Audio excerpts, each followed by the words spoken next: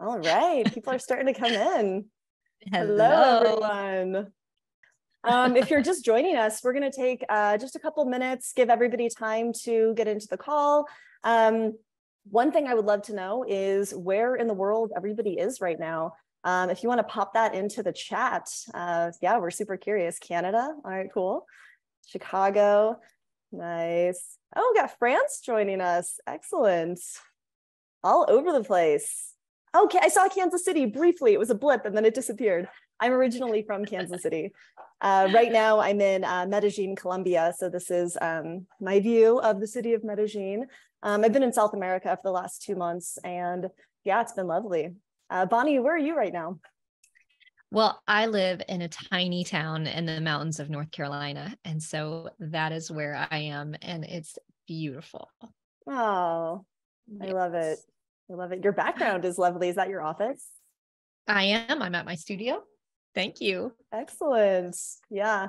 I'm at the end of my dining room table because I was like, I don't think I could take a call from my bedroom. It just seems unprofessional. So I'm going to move out to the dining room for this one. You are just the queen of working on the go. I know everyone is so excited to see your background every time you get on a live. You Where know, is she now? I was like, oh no, I was like setting up the call and I'm like, it looks a little blown out. So I got like our bedside lamp, which is this. It's just like Christmas lights in a vase. And I'm like, I'm going to set that there to illuminate me. It's the same thing as a ring light. Yeah. Cool. Awesome. Well, I guess we'll go ahead and get started. We've got a lot of people that have already joined in. Yeah. So first of all, thank you everybody for being here. Bonnie and I are really excited. We've set aside an entire hour today to just get through a live Q&A session. So our goal is to get through as many questions as humanly possible without talking like rapid speed. So what we're going to do is start with some of those pre-submitted questions that you guys were lovely enough to send in to me in advance. So of those, I mean, we had over 100 pre-submitted questions. So good job, guys. A lot of really, really solid questions. So we're going to dive into those as well. But before we get into that, just a few quick things to mention. Everyone is on mute now. Please stay on mute. Otherwise, we get some weird audio feedback during the call, and it could affect how everybody can hear us, plus the recording. So this call is being recorded, and we are going to have it available as a replay tomorrow. So it'll go into your inboxes tomorrow with the replay information. So if you find yourself scribbling super fast to try and take notes and you're losing track, it's okay. You can definitely watch the replay. That'll be available. Yeah. All right. So we'll go ahead and get started. Oh, one more thing I want to mention. If you have any questions, we're going to start with the pre-submitted ones, but you can also ask questions in the chat. And my assistant, Elena, who is on this call, she's running everything behind the scenes. She's going to be collecting those questions and we'll be getting to those at the end of the call as well. So first, I guess I'll just give you a quick introduction of who I am. Yeah, so my name is Coquillette. I license my artwork and travel the world full time. So I got started with art licensing through print on demand way back in 2014. And yeah, I guess, what is that, 7 years? So I've been running my business full time since then. I license my artwork for, yeah, pretty much all the time now. I work with Target, Anthropology, Urban Outfitters, more partnerships. I'm also a teacher. I have 25 online classes that just range from everything from how to draw and procreate to how to watercolor to how to run your creative business. So, which leads me to Bonnie. I'm really excited. Yeah, I'm really excited to be joined by Bonnie today. Her immersion program is open for enrollment this week. It's a really big deal. It only runs once a year, and this enrollment is only open until, I think, Tuesday at midnight. So I wanted to, yeah, bring her on here to give her an opportunity to talk about her immersion program, and then also, you know, help answer all of the Q&As that are coming in as well. So yeah, I'm really thrilled to be affiliating for your program, Bonnie. And just so what everybody else knows, for the affiliate link, what that means is I get paid a percentage of people that sign up for immersion at no additional cost to you. So I just want to, yeah, use my platform to give Bonnie an opportunity to talk about immersion and how beneficial it can be. Kat, thank you so much for having me. I think it's so fun to just chat with you. We always survey immersion students, and one of the questions that we ask after the course is, who do you want to hear more from? Who do you want to learn more about? And last time it was like Cat Coke, Cat Coke, Cat Coke, Cat Coke. And I'm like, okay then. And so we had you, Kat, join us for Immersion Live, our online conference last fall, and you were a fan favorite. And we're both doing this thing, but we're doing it differently. And that's one reason why I love chatting with you so much. Because it's just two wildly different perspectives. And at the same day, we're doing the same beautiful career and just doing something that totally lights us up. So thank you for having me. My name is Bonnie Christine. I am an artist, a licensing artist, a surface pattern designer, and an educator. And never saw that one coming so much until several years ago. But I got started in 2009, had this big dream to become a fabric designer in particular, and just was so far away from that becoming my reality. It felt like so big, I couldn't, I didn't even know where to start. And just kind of over the course of 2 years, really committed to learning everything I could. Signed my first licensing contract in 2012. I've been licensing my work all over the world ever since. And I've been teaching since 2014. But this immersion course is the most immersive, all-inclusive kind of course that I offer. And it's once a year, and it started in 2018. So we're on our sixth year, our sixth edition of the course right now. And so we're in open enrollment, which is why we're here to chat about surface design. I love it. Yeah, thank you for that. Yeah, Bonnie is right. We have the same kind of job titles. We're both artists, art licensors, surface designers, teachers, but we've done it both in two completely different ways. So I feel like between this Q&A, it's going to be a pretty well-rounded set of answers for everybody. Let's just dive right in. Let's do it. Cool. So again, reminder, you can ask questions in the chat. We'll be getting to those towards the end of the call, and we're going to start with all of those pre-submitted questions. So the first one is for Bonnie, and it's from Athena. And Athena asks, I am a mom of 3, ages 6, 4, and 2. How do I find time or inspiration for designing, or should I just start with drawing? So I love this. I also have 2 young children, so one less than you, Athena. My children are now 7 and 9. And so one of the reasons that I really wanted to do this was because before I had kids, I knew that I wanted to have flexibility to be at home, have them kind of alongside me. And, I think something that Kat and I would 100% agree on is this career gives you time freedom, location freedom, and financial freedom. And so for Kat, that means moving around the world. For me, it means living in this tiny town where our families are. And it's incredible. Now, we have a lot of young moms in particular who come into the course and the experience. But whether you have young children or not, right? I think that almost everyone has something that significantly compresses their time, meaning they have small kids or they have bigger kids and they're homeschooling them, or they have a full-time job, or they're a caretaker for someone else. They have something. And so we really just work on time management and consistency.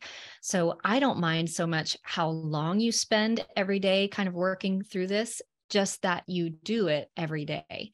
So I always talk about this concept of doing one thing a day, even if it's just for 15 minutes. And so that's how I went from having this dream to signing my first contract. Quite frankly, I got really upset that I had let 6 months go by without doing anything because I was so overwhelmed. And I woke up one morning and I was like, I'm going to just start doing something. And I know what I can do today. It doesn't matter that I don't know what step 200 looks like. I know what I can do today. And that was to start to research. And it just is the creation of a habit of continually approaching progress. Not so much, it doesn't have to be a certain amount of time every day. And so we do all have 15 minutes a day. We're just doing something else with it. We do all have 15 minutes a day, and just that amount of time. Some days you'll have longer than that, but just that amount of time, you'll make so much progress. It adds up to over 90 hours in a year. And so it's just about consistency. Now, inspiration is probably the easiest question that you asked, because this is something that you can do with your children. So I'm a huge believer in sourcing your own inspiration, meaning leave your technology behind, get off social media, and go out into the real world and put yourself in front of the things that inspire you most. And this is one of the most beautiful ways to bring your children into the process. Go on walks with them, go on hikes with them, go to museums, go to the library. And while they're doing their thing, you put on a completely different pair of glasses. You have these inspiration goggles on, and everything you see, even like tracks in the mud and bark on the tree, become possibility. And so that's really the most fun part, and bring your children alongside of you for the journey as much as you can. I love that answer. Bonnie and I spoke, it was maybe October, November, when I was doing the immersion live with her, and she mentioned the 15 minutes a day. And Bonnie, I incorporated that not into my creative practice, but into learning Spanish, because, I've been spending so much time in South America. And that's amazing. Yeah, it's mostly just vocab building, but I mean, I'm getting a little bit better every day, and it's better. I mean, like, my Spanish is just like very bad, muy mal, but it's getting a little bit better every day, and I'm doing that 15-minute a day thing. That's so amazing. Yeah, it's working. I'll actually say one more thing to Athena, because I actually was a very poor keeper of my time until I had children. And through starting to have babies, a few months after, I realized I was actually getting about the same amount of stuff done in a very compressed amount of time. And it made me realize how much time I was just spending doing things that didn't actually move the needle on the big dreams and goals that I had. And so you compress time, it's okay. You just do the things that make the biggest impact.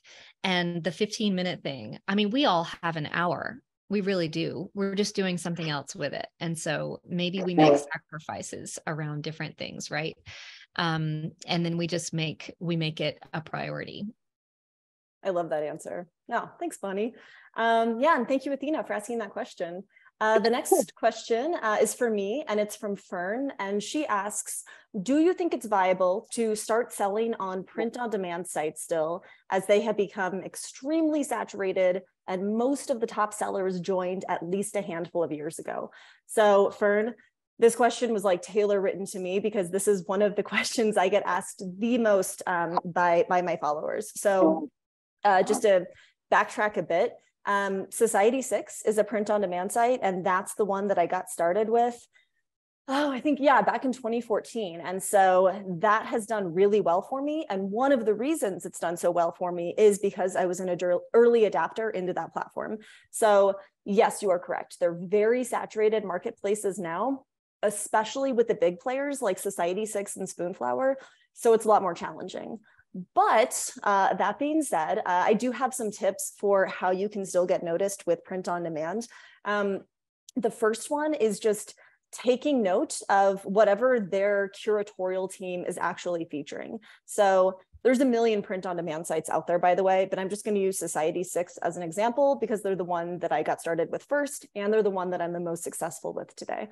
So for the curatorial team stuff, on Society 6, what you'll see featured on their website, like on the homepage, on collections, on their email newsletters, a lot of it is just like they've gone full in on all of these kind of like retro trends. So you see a lot of like disco balls, platform shoes, like that kind of checkered print with daisies that you're seeing everywhere now, retro rainbows, all that kind of stuff, which coincidentally is a lot of the same stuff that my licensors are asking for right now, especially the licensors who are really interested in kind of that Gen Z and millennial aesthetic. So every print on demand site has their own distinct audience. And so one recommendation I have for you is find a print on demand site that really resonates with your style of art. So An example here would be Charlie Clements. She's one of my friends from Thailand. She's a UK-based illustrator, and she makes a really solid income from a print-on-demand site called Thoughtful. And yeah, so they're basically a greeting card maker. And so way back when, like maybe in 2015 or 2016, I uploaded a bunch of my designs to Thoughtful, thinking like, oh, I'm going to make a killing off this. It's going to be so good. I pull in like a royalty check for like 90 cents every quarter or month, whatever it is, like whatever their payment structure is. So like clearly they are not my audience, but it totally makes sense why Charlie is doing so well with them, because she designs a lot of like fun and quirky and punny greeting cards. So like it resonates so hard with that audience. So that's where she's seen a lot of success. And something else, oh, thank you, Elena. She posted the Thoughtful link, that I don't do well with them, but other artists do, especially if you do greeting cards. But anyway, some other considerations I just wanted to point out. Print on demand is good for, obviously, you know, you sell a, I'll just use an example. It's my phone case. I bought this from Society6, actually. So if someone purchases this, it's about $30. I get a percentage of royalties. So for Society6, I get 10%, which means I would make $3 for every phone case that sells. It doesn't sound like a lot, but when you add up the bulk, it can really make an impact. But anyway, the other kind of strategy I think you should consider with print on demand is they have more opportunities than just selling products. And the biggest one is they can be your key into licensing partnerships. So the first time I ever got my artwork licensed with Target, it was because of Society6. So they have a sister company called Deny Designs, and that sister company combs through Society6, finds pieces that they think are going to do really well in like Target or Anthropology or Urban Outfitters or Home Goods or whatever. And then they email those artists and they're like, hey, here's a licensing contract if you want to get your stuff in Target. And so, woo, that's a big opportunity coming from an incredibly oversaturated marketplace. So I know some other artists, some that were joining my chroma courses that I ran last year, that got placement in Target because of that Deny Designs connection with Society6. Other companies also use Society6 and other print-on-demand sites as a search engine for licensing as well. And this works especially well if you utilize keywords, which is when you upload a design. This is just going to be my example the entire call because I'm like looking around and it's the only art I have on hand. So like if I upload this design, I would use keywords like cat, kitten, you know, floral, flower, pattern, things like that. And then that way, if someone's searching for a specific piece, this is way more likely to pop up because I've leveraged keywords. So long answer to a simple question, but essentially, yes, you can still leverage print on demand sites in a way that's going to work for you today. It just takes a little bit more strategy. Oh, sorry, that's my, I'm like, Bonnie, it's your turn, but I'm like, I should read the question. Hey, I can read the question if you want. Do you have the doc open? Can you see it? I got it. All right, cool. Yes. Okay. This is from Kelsey. I love this question. As someone who did not go to design school or business school, how can I best invest in myself as an artist and business owner without having to get a formal education in those areas? Kat, did you go to business school or art school? I did a little bit of both. You did a little bit of both. I didn't do any art school, which is why, you know, I always felt very creative. I loved to sew. I did kind of sketch a little bit, but I would not have called myself an artist, which is why when I wanted to do this, I felt so overwhelmed by it. And so I don't tell this story too much, but I actually spent some time considering going back to school. So I had just graduated, married my high school sweetheart, moved, we were starting to get settled, and this dream came in, like I couldn't deny it. Like I wanted it so bad. And so I started filling out applications to go to SCAD, which for the record is like $38,000 a year at the time. I think it's more than that now. And we had no money. And it would have taken us, we would have had to move like 4 hours away. And I think I got to the essay part and I was like, you know what? I'm just going to try on my own. I'm just going to give it a chance. And so I dug my heels in. And my point is, you can, like, it's not a limiting factor anymore. We live in such an incredible time and age, right, that you can learn anything you want to learn without school. Now, I think school is valuable for a lot of reasons, but for this particular as a career option, you absolutely do not need. So another question for you, Kat, with all of your licensing partners, have you ever been asked if you have an art degree? No, never. Nope. What about this? Do you have a business plan? No one has ever asked me that besides my dad. Uh-huh.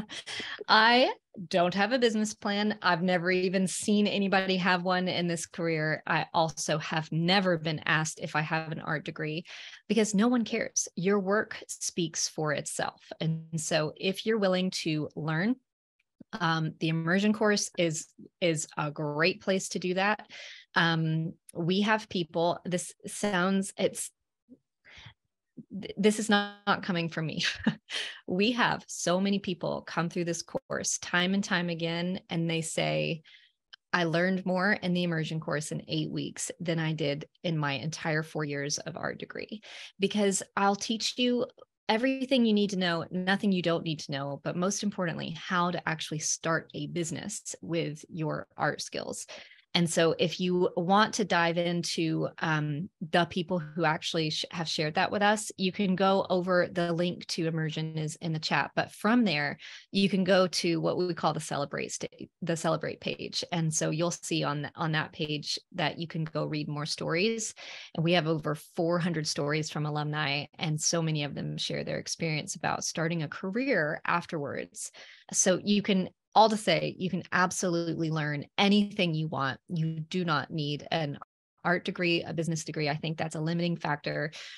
I also think that it might be like, I think women in particular, we're prone to feeling like we just need a little bit more education, like we just need a little bit more credentials. And I'm here to just completely destroy that. You do not. You have everything you need. You don't need anyone's permission. You just need to start. Bonnie, I resonate with that so hard. My first year of entrepreneurship, so the year that I'd quit my job, I decided to enroll in a business program, and it was a 6-week summer course just teaching you the fundamentals of business. And I was the only one in there that was actively running a successful business. And like every lesson, it'd be like, now we're going to talk about profits and revenue. And I was like, I already know this stuff. Why am I here? And the whole reason I enrolled in this program, I mean, I got a few good nuggets for sure, but the whole reason I enrolled in this program was because I just had such little confidence in myself as a businesswoman. Yeah. I was like, well, I went to school for illustration and design. Now it's time for me to enroll in these business courses and learn about business. But like you, so much of what I've learned happened in the real world rather than in some sort of like textbook setting. So I actually did go to business school, and people always think that maybe that's why I've been able to build a business, but they did not have an entrepreneurship they didn't even have entrepreneurship as an option. So it was very much like how to climb the corporate ladder, meaning I'm not utilizing anything, truthfully, anything that I learned in my business school. Now, I think school taught me how to learn, which is, I think, important. So I'm not here to say school's worthless or anything. But it's the application, it's the learning by doing. You can absolutely do it. I'll never forget, I went into this art gallery right after I had graduated, but I had I spent about a year regretting my major and all this stuff. And I went into an art gallery, and the guy who owned it, I was kind of lamenting to him over the fact that I wish I had gone to art school. And he just looked at me and he said, you know what? You can be the best artist in the world, but if you don't know how to market your work, you'll never be successful. And that always stuck with me because I actually think that the opposite is true, which was good news for someone like me. I think you can not be the best artist in the world, but know how to market and run a business and be very successful as well. And so that's all like tied up into, I think that's the one thing. If I said one thing that was different from immersion, was that it's immersive from start to finish, meaning you'll learn how to draw. You don't have to come in with, we assume no prior experience. So you'll learn how to draw, you'll learn how to use Illustrator, meaning we'll open the program together on day number 1. And then you'll walk away knowing how to create a business. Like we talk about audiences and email lists and website building and social media presence. And like you get art and business school smushed in together where you have everything you need to actually be successful. I wish a program like that were around when I was first getting started. Well, me too, which is why I did it. I was like, well, it took me over 2 years. So if I could just condense this for other people, let me do that. I have a Google Doc and it's called Business Screw Ups, and it's like all the mistakes I've ever made in my business. And it comes up like when I host retreats, we'll have like one night and we'll like have like a bonfire, and it's like, well, now I'm going to share all the mistakes I've ever made.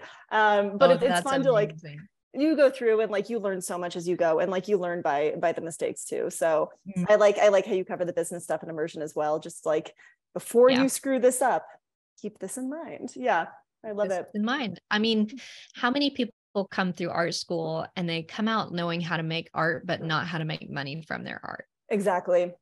And we're not here to entertain the starving artists. Like we're here to completely squash that. It should not even be a term that we even have in our mind. You do not need to suffer. You do not need to be broke to be an artist. You can be a flourishing artist. I love that. So that kind of relates to the next question. And it's for me from Anne. And she asks, I want to do print on demand, but also license my pattern collections non-exclusively. So let's say florals and home decor or stationery. Is it even possible to do both? Most companies seem to want exclusivity, but I want my cake and eat it too. Don't we all? So here's my advice for this one. I wondered the same thing too when I was first getting started, but I'll just dive into my answer. So one thing that Anne mentioned in her question is that a lot of licensing companies prefer exclusive contracts. So what that means is, let's just start a non-exclusive, which is most print on demand sites like Society6, Redbubble, Contrato, all of them. Most reputable print on demand sites have a non-exclusive contract, which means, for my one and only example of the call, I could sell this design on this phone case through as many different companies as I want, and it doesn't violate a contract. But some companies, especially in licensing, require exclusivity, which means if Target wants to license this phone case, they want to be the only company selling it. They don't want any competitors selling the same stuff. It's reasonable. It's Target. And I mean, they can ask for whatever they want because everybody wants to work with Target. So how do you juggle both of those? The best answer I have for you is, and this applies to all licensing, no matter what. If a client wants exclusivity, that can be okay, but you just definitely need to define what that exclusivity means in 3 big ways. The first one is it should be exclusive by date, right? There should be a term limit on that contract. You can't just give them exclusive rights to use this design for, the rest of your life. That's not fair. 2 years is pretty standard in the licensing industry for a term limit for a contract. So definitely be like, if you're going to give them exclusivity, do it 2 years. If they need 3 or something, that's fine. Just see if you can bump up that royalty rate. The other one is exclusive by territory. So where is it being sold? So with Target, it's a pretty good deal for me because Target only has stores in the US and Canada. So I only have to be exclusive with them in the US and Canada, which means I could sell this phone case in Mexico and it wouldn't violate the contract. So we put a territory on there and that helps define that exclusivity. And the last one, just equally important, is exclusive by category, which would be like for my phone case, the category would be tech accessories, or even better, if you can narrow it down further, by product type. So I would say exclusive by phone cases only. So the whole contract for exclusivity would be US and Canada, 2 years, phone cases only, which means I could sell this design on any other product in the US and Canada, except for phone cases, because we've just narrowed down that exclusivity. So yeah, and to answer your other question of can you have both, when I have an agreement like that with Target, all I do is I get onto the back end of Society6 and I just toggle off the ability to sell that product, and I just have it toggled off for 2 years. So in the back end of print on demand, if you're not familiar with it, You've got like 50 products listed with your design. They're called mock-ups. That's where you can arrange your design, set prices, things like that. And it's also where you can enable what products are being sold and what products aren't being sold. So like if Society6 were selling, I don't know, what's something gross, like toilet covers, I would probably never enable my artwork on that because I don't really want my artwork on toilet covers. So like you have full control with how your artwork is being used on print on demand sites. So you can do both. You can have an exclusive contract and then have it on print on demand, maybe just toggle off that individual product or entire category type. Love that. Gotta love those licensing contract questions. Nobody negotiates like you do, Kat. I love it. Thank you. Okay, Cindy says, how many collections do I need in my portfolio to start pitching? I currently have one full collection of 8 patterns in 2 colorways and less than 5 standalone patterns. I'm very new to surface design and only started last year, and I'm working on my second collection at the moment. Okay, Cindy. First of all, good job. Congratulations.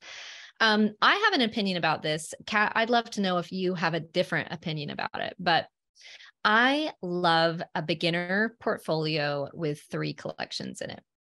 So I also do collections. So collections for me are typically 8 to 10 patterns, and I do always offer them in 2 different colorways. Some of that has to do with my interest in specific industries. And so my heart belongs to the fabric industry, and fabric is typically always offered in 2 different colorways. But just because I do that means, more industries have more to pull from and more to choose from. I also think that it's an amazing way to show your ability as a designer to pull together cohesiveness in your collections. It just really shows maturity and your eye. So that's what I suggest. But I love 3 because if someone is going to license you, especially long-term, they're going to, and especially like long-term with your name involved, like we all dream about, right? Like the Bonnie Christine collection, they are going to want to be able to see a predictability to your work, meaning they want a signature style, but they also want to see what you're capable of. And so 3 collections shows them that you can make different types of artwork, that you can pull them all together, but that there is a consistent hand to all 3, meaning they can see pretty well what they could expect from you in an upcoming collection. Anything less than that feels like maybe there's not enough there to really trust where you're going. And anything more than that might just be too much. Not that you can't, obviously, me and Kat have probably tons and tons of collections in our portfolio by now, but pulling out the best work so that it doesn't feel overwhelming. I think that there is also a real maturity to being able to edit your own portfolio. Anybody else just like really feel deeply emotionally connected to their work? And like, there's this philosophy, actually, I can't remember who said it, but it was a writer, and they talk about killing your darlings. And killing your darlings is like characters in your book that just, they're not contributing like they should. You have to kill your darlings. And I feel the same way when we come to a portfolio, because everything in our being wants to include it because we made it. Okay. We made it. It didn't exist before we made it. We love it. Even though it's not quite what we're most proud of, or maybe it's not quite representative of the type of work we want to continue to do in the future, but we made it. So we put it in there. And that will kind of overwhelm the viewer. And also it's not your absolute best and favorite work. So sometimes I recommend putting those darlings maybe in like the back, or, more available, but really use your best work and your most cohesive collections to make your portfolio shine. So I'd say 3, 8 to 10 patterns each, 2 colorways is great. Do you agree with that, Kat? Bonnie, I think you have more experience with collections than I do, because I didn't start learning how to do seamless patterns until about 3 or 4 years ago. And so everything prior to that in my licensing portfolio are what they're called standalones. It's like I paint, a tree, and then that tree gets, licensed as wall art. But once that probably has to do with the difference in our industries, like definitely. Totally. Definitely. Yeah. Because for the first 4 years of my career, wall art that was earning me the majority of my income. And then I signed on with a licensing agent in, 4 years ago. So my career is kind of split between pre-agent and now with agent. And one thing they asked for were seamless patterns. And I was like, well, I don't know how to make a seamless pattern. Interesting. Yeah. And I got on like YouTube and Skillshare, and it just seemed really complicated. And I was like, I'm just going to back burner this for a while. And then when I was finally ready to learn how to make a seamless pattern, my licensing portfolio absolutely blew up. And wallpaper right now is like 70% of my licensing income. And wallpaper has to be a seamless pattern, by the way. So, and wallpaper does not need to be in collections, because I don't know about you, but I'm not doing like a collection of wallpaper in my home.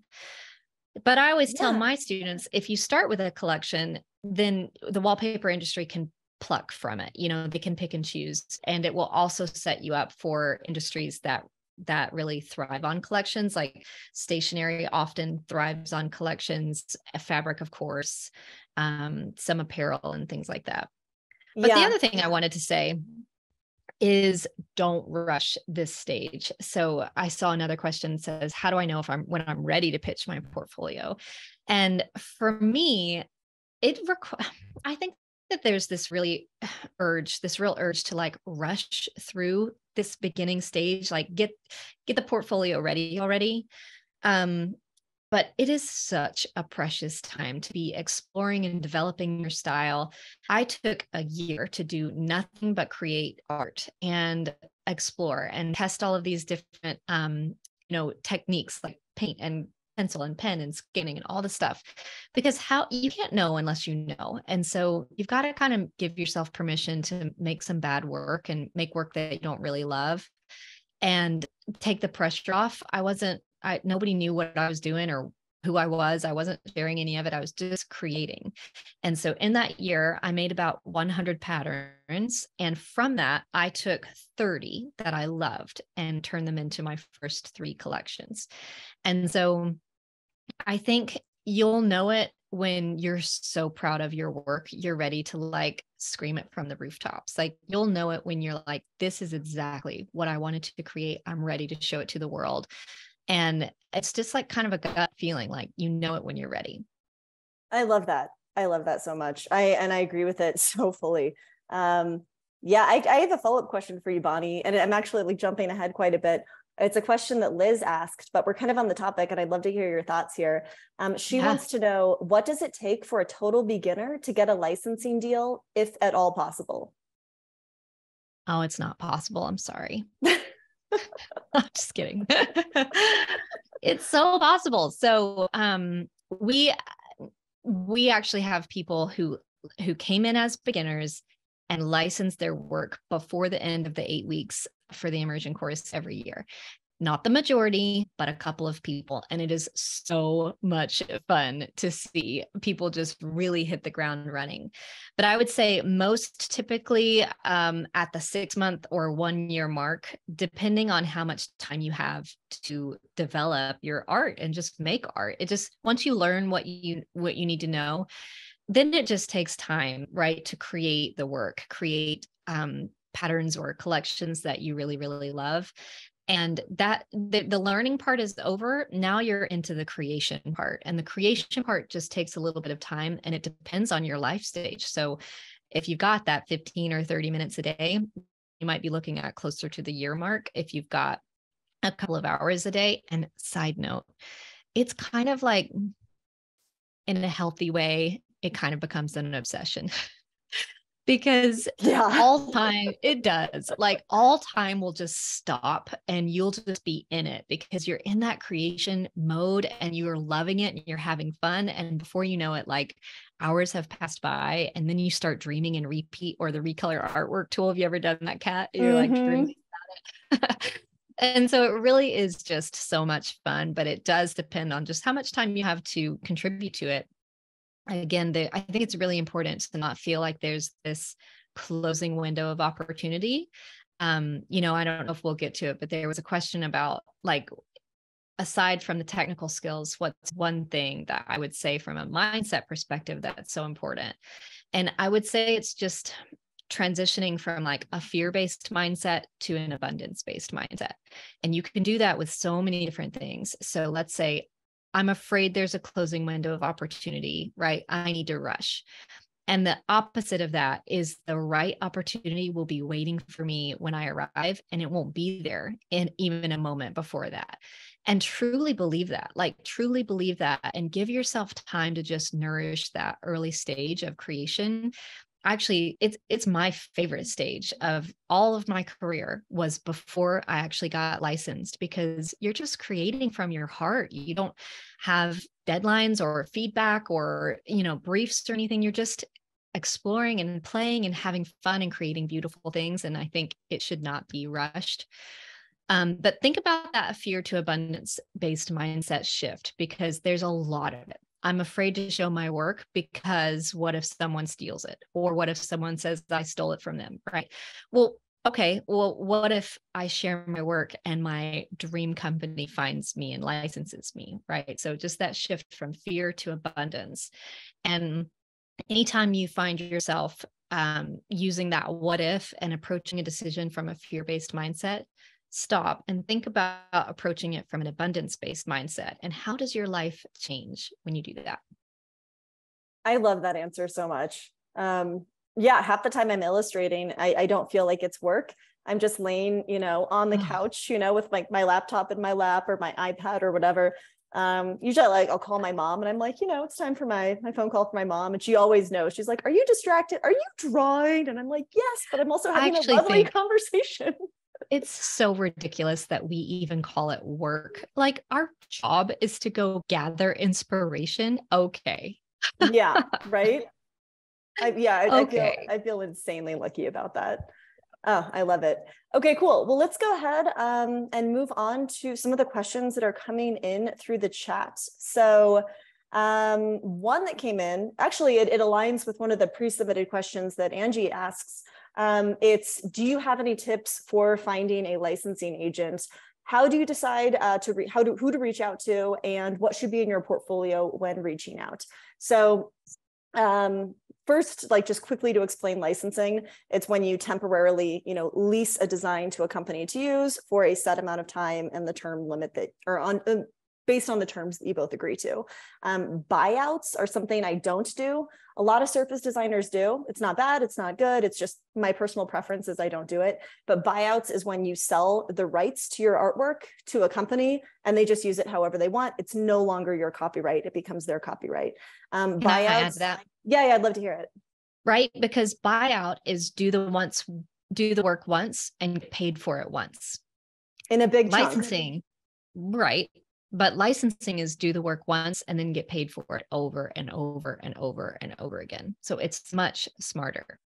Okay, I love licensing exactly for that reason. Yeah, it's like you get little payouts, but they accumulate over months and years and potentially decades.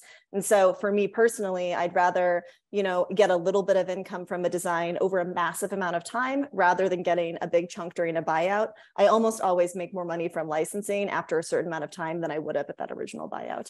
But anyway, sorry, Angie's question was about agents, so I'm going to answer that. I just wanted to kind of, what's the difference between a licensing agent that you need for licensing versus a buyout, which is a completely separate thing. So like I mentioned, the first 4 years of running my business, I was representing myself. I did not have an agent. And even with that, I still scored some pretty big licensors like Urban Outfitters and Target. Both of those I got without representation. Target I got because of that tie-in with Society 6 and Deny Designs. And then Urban Outfitters I got because they saw my work on Society 6, found my Instagram, screenshotted some stuff they like, and then reached out to me directly about licensing. So the reason I decided to work with an agent is because I was kind of at capacity for what I could do with my licensing career. I was spending a lot of time reviewing contracts. And I didn't really have the organizational capacity at the time to put together like what's exclusive, what's non-exclusive, when is this term limit up, what products can I sell this on? And so I was just kind of avoiding almost all exclusive deals. I was just like, oh, I don't have the capacity for it. So I was narrowing myself down quite a bit. And so what I did is I took a few months and I just researched agencies that specialize in what I do, which is surface design, and basically shortlisted them. And then brilliantly, I just sat on that list for about a year and did nothing because I got overwhelmed. And yeah, about a year later, the top of my list, Jewel Branding and Licensing, actually contacted me. They'd found me on probably Instagram, and they wanted to know if I was in need of being managed. So now, which I definitely was, they had a great client list and some really great opportunities. So now what we do is, my deal with them is we split all proceeds 50-50. But they brought on so much more work that I just couldn't get on my own. So it's actually netted out in a really good place. They're constantly going out to trade shows on my behalf, pitching my stuff, so I can focus on what I'm good at, which is creating art that's going to sell really well. So if you're interested in getting an agent, my recommendation would be first, just get on Google, do a lot of online research, and find all of the agencies that you think you would be a good fit with. If you're a surface designer, you want to get an agent that agency that specializes in surface design. If you're a mural painter, you want to find an agent that specializes in helping you get commissions for your murals. So find the right type of agent and then start really honing in on your portfolio, put it together so it feels like it's in a really good place. One truth of it is that the more like actual licensing opportunities you have in your portfolio, the more appetizing you are to an agent. So if you don't have any licensing yet, I'm not saying you can't get hired by an agent, but it does make it a little bit more difficult. One workaround for that is to utilize mock-ups or order samples of your work, photograph it. One thing that a lot of agencies and licensors like seeing is what the real product looks like, whether it's a digital mock-up of that product. And by that, I mean like a digital file of a pillow where your art is kind of like superimposed on the pillow and it looks real. That's what a mock-up is. But yeah, just a way to show how your designs look in application can make your overall portfolio much more appetizing. And I don't work with an agent, never have, though I am very interested in moving towards working with an agent. So I think it's fun to think about approaching it in both ways. It's a different way to work. And I always say, like, some people really love the that getting in the weeds with it, the contract negotiation and the speaking directly. And some people are like, hey, all I want to do is make artwork. All that other stuff feels hard and overwhelming and I don't understand it. Perfect position to work with an agent.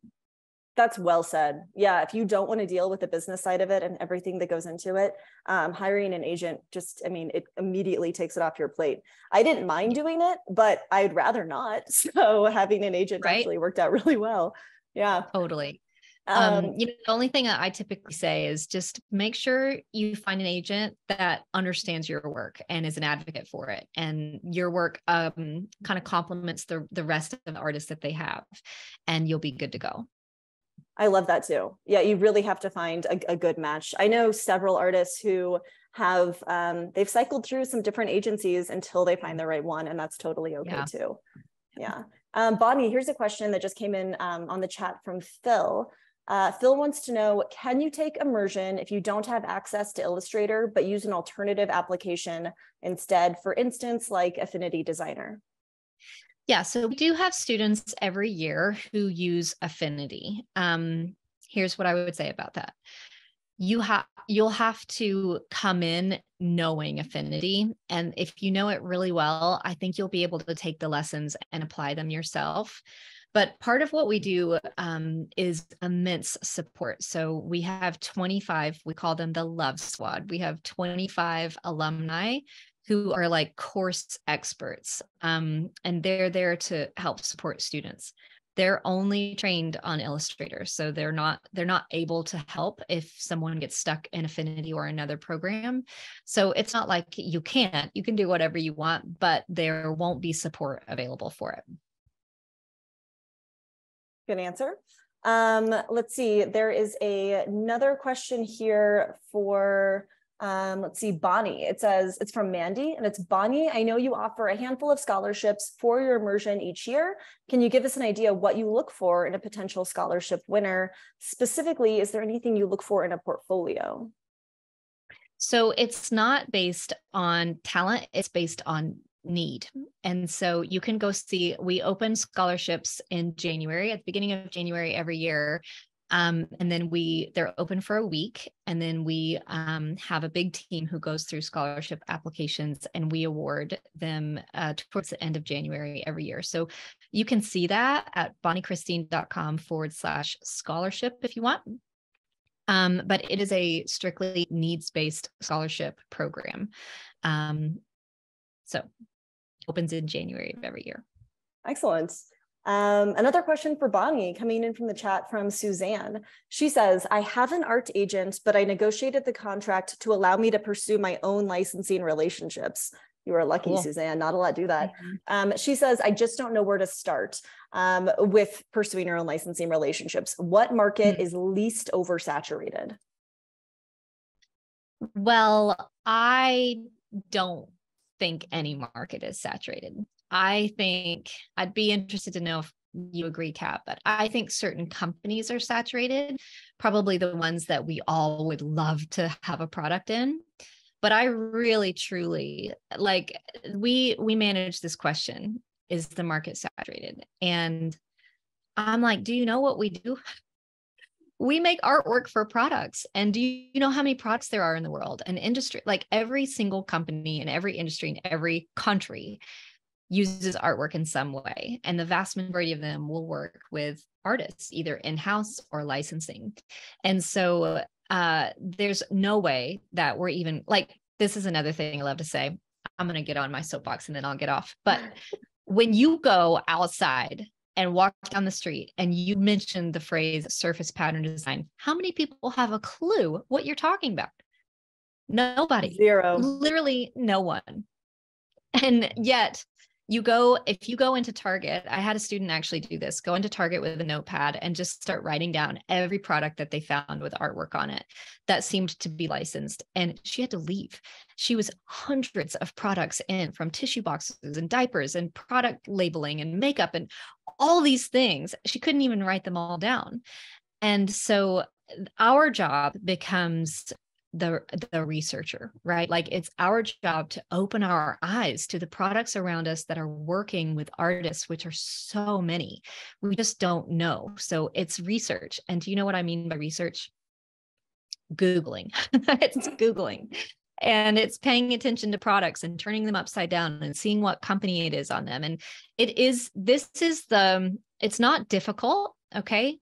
But it is one of those places where people will just fall off. They just won't do the work because it's not given to them. Like, it's not just like, here's the contact of this company to license with, right? It does require some research. And sometimes it might require picking up the phone and calling and saying, I'm an artist and I'm interested in licensing. Can I have your art director or your creative director's information? Which is uncomfortable, right? Like, I don't even like calling in takeout, but we can do it. We can do it. And I actually love that it's one of those things that kind of sifts the people who make it from the people who don't, because it's not difficult. It just does take intention of research, maybe calling some companies, finding the art director. There's some, kind of tricks on the web, like LinkedIn, and also like, is it Norbert, who helps you find email addresses and some things like that. That'll just help you. But they don't make it easy on purpose. Oftentimes companies don't make it easy on purpose because they're looking for the people who are willing to do the work, and they've got enough, right? They've probably got enough. And so it's your job to kind of stand out from the crowd. And we talk about that a lot. How can you stand out from the crowd from a messaging perspective and a visual perspective and a portfolio perspective? And I tell you what, every time I call a company, as nervous as I get, I always hear, nobody calls. Everyone just sends emails. And it's so nice to meet you and hear your voice. And it really is one of the things that helps me stand out from the crowd. So that's a really good tip. I've never heard that from anyone else, of just actually calling. I'm terrified of calling people. I'm the same way. It's terrified. Like text all the way. And I think, the younger generations it's getting even harder. Like, I don't know how old you are, Kat. I'm 36. I'm 35. Okay. So like we didn't like, I remember our first computer. And so like chatting started when I was late high school, but I didn't have a cell phone until I was probably in college. But anyways, and I'm still nervous to talk on the phone, but I think our younger generation now, it even is even more terrifying. And so truly it's one way to really stand out from the crowd. I love that. That's a hot tip from just this webinar alone. And that's one I've never heard before either. So everybody Cool. write it down, write it down. Okay, cool. Let's see. The next question from the chat is coming in from Casey. And she wants to know, in order to look professional, do you always need to have a website, or is a professional portfolio and Instagram, is that sufficient? So I'd love to hear Bonnie's answer too. I'll give mine first. In my personal opinion, a portfolio on a website, it helps, but it's not a deal breaker if you don't have one. When I first got my very first licensing contract, which was actually Urban Outfitters, again, like I said before, they found me on Society6 and then found my Instagram, and then they sent me an email because I have my email in my bio of my Instagram, which is a definitely do that because I've had a lot of outreach from that alone. And right now, my portfolio of work is stored on the website of the agency that represents me. Actually, if you want to see what that looks like, Elena, if you wouldn't mind, could you drop the creative business bundle into the chat? I have this PDF and it's just like packed full of creative resources. And one of the links on there shows you exactly what my art licensing portfolio looks like. So I know when I was getting started, I was like, what do other people's portfolios look like? So I did a lot of online stalking. But yeah, so now I have a portfolio on my agent's website. But before then, I would just send potential licensors a link to my Society6 shop. And I was like, hey, this is all my stuff. It's, you know, you can sort by new, you can sort by product. It can give you a pretty good idea. I could make any of that stuff exclusive for you if you prefer, but that's where you can see everything at once. It's like, you know, when you're in those early stages of starting a business, you feel like you have a million things on your plate at once, and any opportunity you have to cut corners, like, man, go for it. And that was one of mine, and it worked out pretty well. I hear more and more. So typically I'm like, yeah, you need a website, you need social media, and more our success stories are like, I've got these licenses and I'm just starting on my website. And I'm like, way to keep it simple. Like, let's not overcomplicate it. Again, I think the more you have, probably the better, but for sure it's been proven to not be a deal breaker. And I have another hot tip for you. Have you ever, I'm sure you have, Kat, this is a question for the audience. Have you ever like boosted a post on Instagram? Because I post a bunch of stuff on Instagram, but sometimes I'll take my artwork posts and I'll boost it, but the audience, I'll make the audience the companies that I want to license with the most. Smart. That's good. I like that too. Even like $5 a day. Like, because who's fighting the algorithm, right? Like, what is the percentage? Like 4% of our followers actually see anything we post, which is okay. That's a whole mindset thing as well. Like, it's actually really cool that we can get in front of the people who we want to get in front of. And so I can just boost a post or turn it into an ad, right? And very specifically say who I want to see it. And so if it's education, it's other creatives. If it's artwork, it's other companies. And even just a little bit of budget behind that every day is basically like, you know, think about sending a mailer to a company, same kind of cost, but this is right in front of their feed. That's really smart. That's really smart, Bonnie. I have one final question, and it's coming from me personally, not the chat. It's in your immersion program. Do you also go through like all of these little tips about pitching? I mean, it's just a gold mine of knowledge. Do you go through these as well with immersion, or is it all just based off of Adobe Illustrator? Oh, no. So let me give an overview of the course. If you're interested, and then we'll wrap up. So first of all, go to the course page, which is over there in the chat. And there's really a lot of information. Tried not to put anything on there that you don't need to know. It's a lot of information. Specifically, look at the modules. And there's a place where the modules you can expand and read an in-depth overview of everything that we cover. So it's 8 weeks. There's 6 modules. So module 1 is Introduction to Illustrator. We open the program together. Now, about 50% of students are brand new, and 50% of students have 10, 20 years of Illustrator experience. And so we start with opening it. My more advanced users also, like I was just talking to Kara Cummings today, and she was like, I came in with 20 years of experience and thought I knew Illustrator until I started going through the lessons and tweaking my workflow and finding all these new tools and tricks. So we beg even the most experienced users to go through it, because that's what we always hear. Module 2 is Illustrator Mastery. So you're going to learn all the tools. In week 2, you're going to actually start making some artwork that you actually like, which is really cool. And then we have an implementation week. So it just takes time to practice. And so the modules are released on Monday. They're all pre-recorded, but I go live just like this 3 times a week, every week. So we take questions the whole time. We have the 25 experts and guides on our Love Squad. So there's a lot happening. And a lot of support happening and feedback giving on work and videos being shared and all the things. So implementation week, we still do lives. Support team is on full. It's just time to soak in, right, what you've learned. Module 3 is a Repeating Patterns Pro. So we make a repeating pattern in week 3, Kat. It took me a year to learn how to do that. Same. We're doing it in week 3. There's nothing like the moment you see your first pattern. It's magic.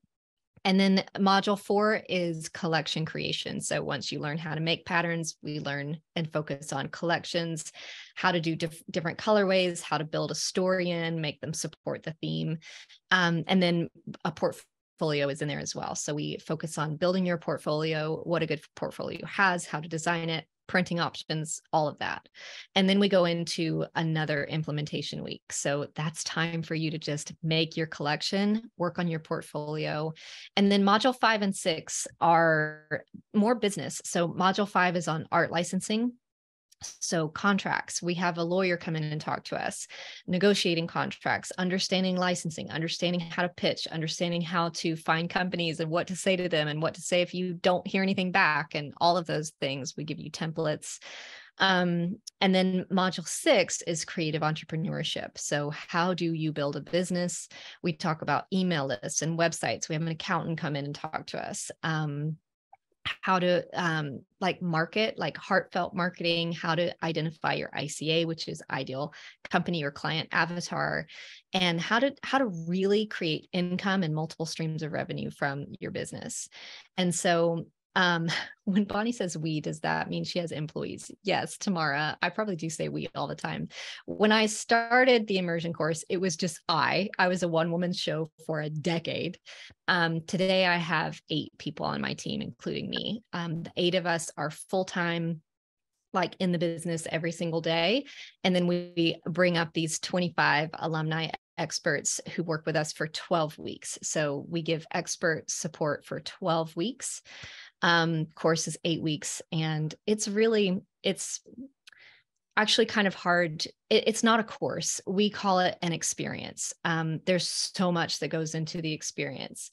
One of the things this year that we're really excited about is a box experience as well. So students receive a box in the first week of the course. For the first time ever, we have a course workbook, which is incredible. It's 288 pages, full color workbook. That is all Illustrator, and then all of the business and pattern modules as well. And so we do a bunch of fun stuff. The box has a bunch of stuff in it. 3 people get golden tickets. That mean you get to win all of this stuff. We really work hard to make it an experience, and that's why, honestly, we have the lowest refund rate. So refund rates are less than 1% every year. We do have a 14-day, 100% money back guarantee, no questions asked. And then we have the highest completion rate because we worked so hard to get you in the class in very digestible, actionable, lessons that build on each other. And so we have so many success stories from the course because people are able to get in and do the work and come out and really hit the ground running. Bonnie, I totally understand why immersion is the perfect name for this course. It's like you are covering it all. That's wonderful. That's so wonderful. Man, again, I really wish that something like this were around when I was first getting started. I mean, there was a lot of stumbling along the way. So thank you for putting this together. Thank you for coming and being my guest today. This has been really wonderful. We got through more questions than I thought we would. So we did pretty good there. Yeah. Thank you so much for everyone who came. Yeah. Thank you so much for being here, sitting with us, listening to us, go on and on for an hour about our licensing. We really appreciate it. We love sharing our stories. So yeah, there will be a recording. It'll come into your inbox tomorrow. And anything we mentioned during this call, so like one thing I mentioned was that PDF I sent out that has all my resources and things, you'll get that in your inbox tomorrow. You'll get a link to Bonnie's immersion program tomorrow, so you can check more of that out. It's all going to be in the email that goes out tomorrow with the recording. So yeah, I think that about Kat, just for those who are here, we have an alumni roundtable in 1 hour. You should come join us. Come join us. You'll meet a bunch of alumni. You'll get to hear more success stories. That happens in 1 hour. And the link to join is at the top of Kat's link. The link to join is at the very top of the page of the link that Kat shared with you. Excellent. I will be there. Thanks, Bonnie. See you there. I appreciate it. All right. Well, thank you, everybody. And see you next time. Have a good one. Bye.